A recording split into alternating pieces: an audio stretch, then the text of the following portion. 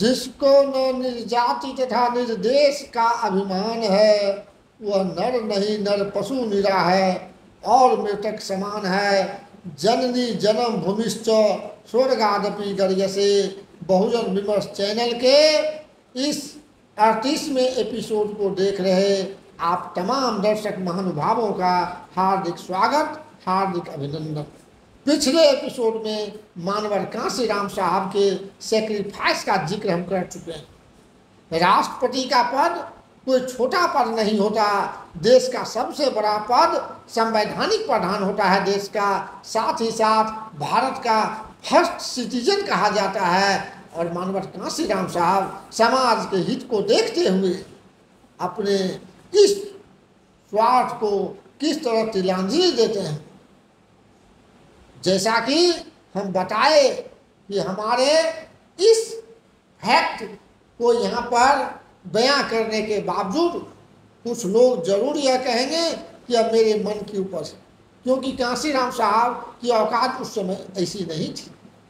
हम पूछते हैं आपसे कि मानवर कांसीराम साहब की औकात का सही आकलन करते हुए जापान का तत्कालीन प्रधानमंत्री अपने यहाँ एक सम्मेलन करवाए थे। बुर्कामीन जापान की एक जाति समूह होता है, जाति तो नहीं कहेंगे कारण कि फॉरेन में तो जाति व्यवस्था नहीं है, लेकिन ये हम ब्रीड कह सकते हैं और एक नस्ल कह सकते हैं। तो वहाँ पर नस्ल भेद था। काफ़ी ये बुर्कामीन के लोग तंग तवा थे, तरस थे। तो उनकी दशा और दिशा किस तरह से सुधर सकती है, इसके लिए मानवर कांसीराम साहब को जापान का तत्कालीन प्रधानमंत्री निमंत्रण दिया कि आप इस सम्मेलन में आवें और अपना सुझाव दें। यह विश्व स्तर का सम्मेलन था। विश्व के प्रमुख चिंतकों को, समाजशास्त्रियों को, फिलोसफर को, आंदोलनकारियों को जापान के प्रधानमंत्री के द्वारा इनवाइट किया गया था।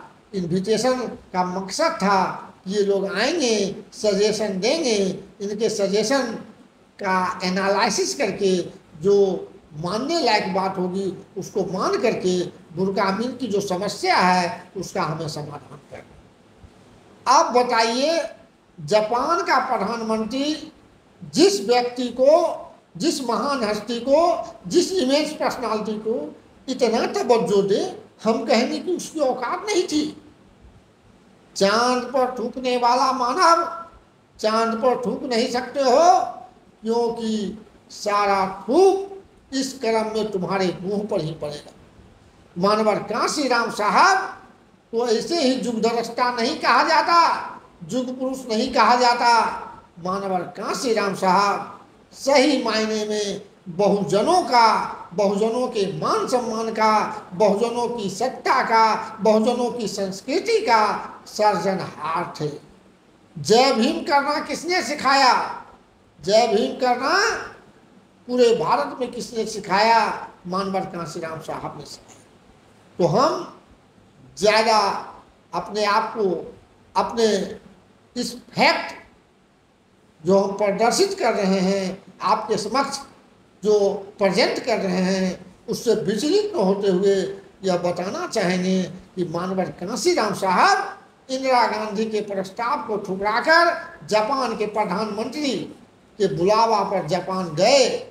जापान में दुनिया के और देशों से बड़े बड़े चिंतक आए, फिलोसफर आए, सोशलोजिस्ट आए, सब अपना अपना सजेशन देने का काम किए। मानवर कांसीराम साहब का भी टर्न जब आया तो मानवर कांसीराम साहब जो सजेशन दिए, सजेशन में दो बातें हम जो जानते हैं काफ़ी महत्वपूर्ण बातें हैं। मानवर कांसीराम साहब कहे थे कि बुर्कामीन एक ऐसा मानव समूह है जो आपके यहाँ त्रस्त है, डिप्रेस्ड है। तो इसका भला, इसका उद्धार तब होगा जब जो लोग इन्हें त्रस्त करते हैं, इन्हें तंग करते हैं, इनके साथ भेदभाव करते हैं, उनकी बराबरी में जब ये आ जाएंगे तो इनके साथ भेदभाव नहीं होगा। अर्थात बुर्कामीन समाज अपने आप को समाज के शेष लोग जो इन पर अत्याचार करते हैं, इनके साथ भेदभाव करते हैं, उसी रूप में उसी की तरह अपने आप को प्रेजेंट करें, अपने आप को प्रस्तुत करें, अपने आप को शो करें। दूसरा, अगर ऐसा नहीं होता है तो फिर हमारे यहाँ बाबा साहब अम्बेडकर जैसे अनेक संत महापुरुष गुरु हुए, जो समाज को जगाकर उनमें स्वाभिमान का भाव पैदा कर, उनमें स्वार्थहीनता की भावना लाकर समाज को जागरूक करने का काम किए, और समाज थोड़ा थोड़ा तैयार होकर स्वाभिमान की जिंदगी जीने के लिए अब जो है आज़ाद है, उस लायक हो गया है कि भारतीय समाज के जो अपमानित लोग, सदियों से पीड़ित लोग, वंचित लोग अब स्वाभिमान की जिंदगी जीने लायक थोड़ा थोड़ा बने हैं। तो यह किसका परिणाम है?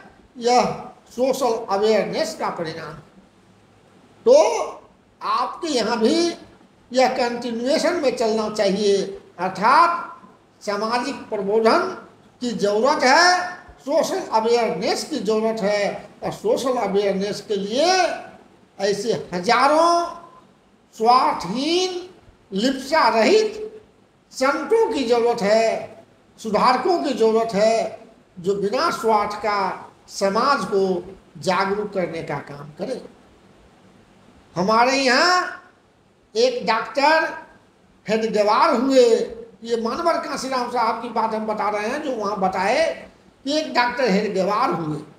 जब हेडगेवार का देहांत हो रहा था, अंत समय आ गया था, तो अपने अंतिम संबोधन में जो अंतिम वाक्य बोले कि मैं अब चैन से मर सकता हूँ, क्योंकि पूरे देश में मैंने 82 लाख लिप्सा रहित निस्वार्थ मनुष्यों का जाल बिछा दिया है।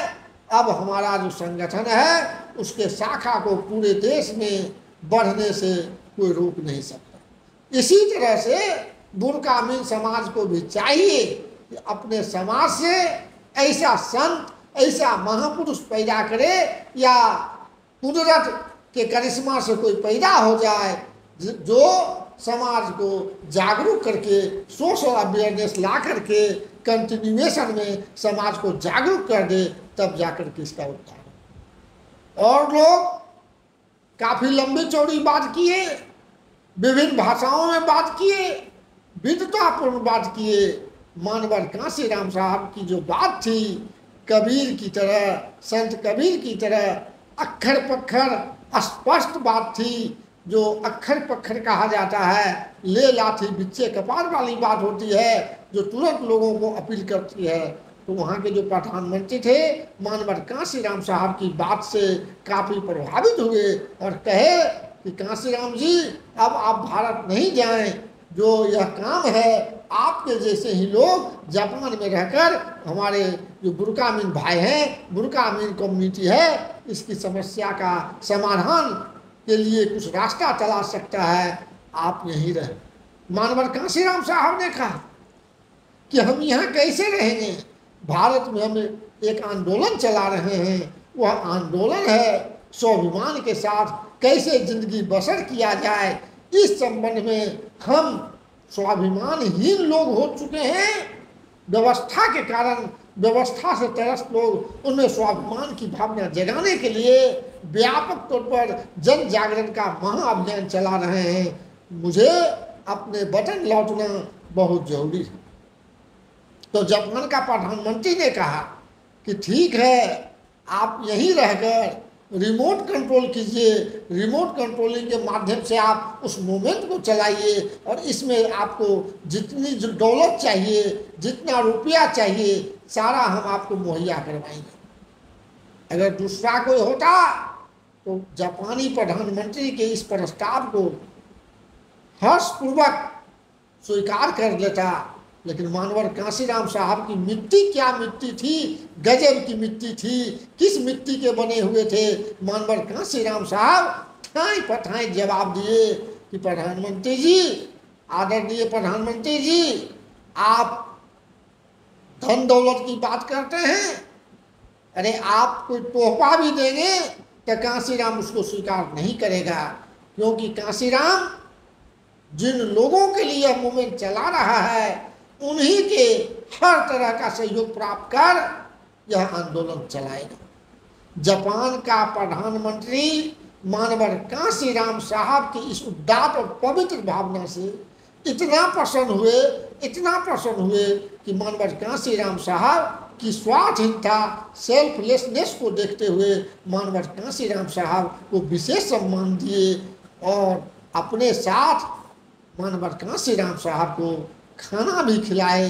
केवल मानवर कांसीराम साहब को खाना खिलाकर अपने साथ, केवल कांसीराम साहब को अपने साथ खाना खिलाकर जो सम्मान बख्शे, क्या यह भारत के लिए, संपूर्ण भारत के लिए, यहाँ के हर वर्ग के लोगों के लिए गौरव की बात नहीं होनी चाहिए? लेकिन जो मनुवादी मीडिया है हमारे समाज के इस गौरव गाथा का व्याख्यान बखान क्यों करे?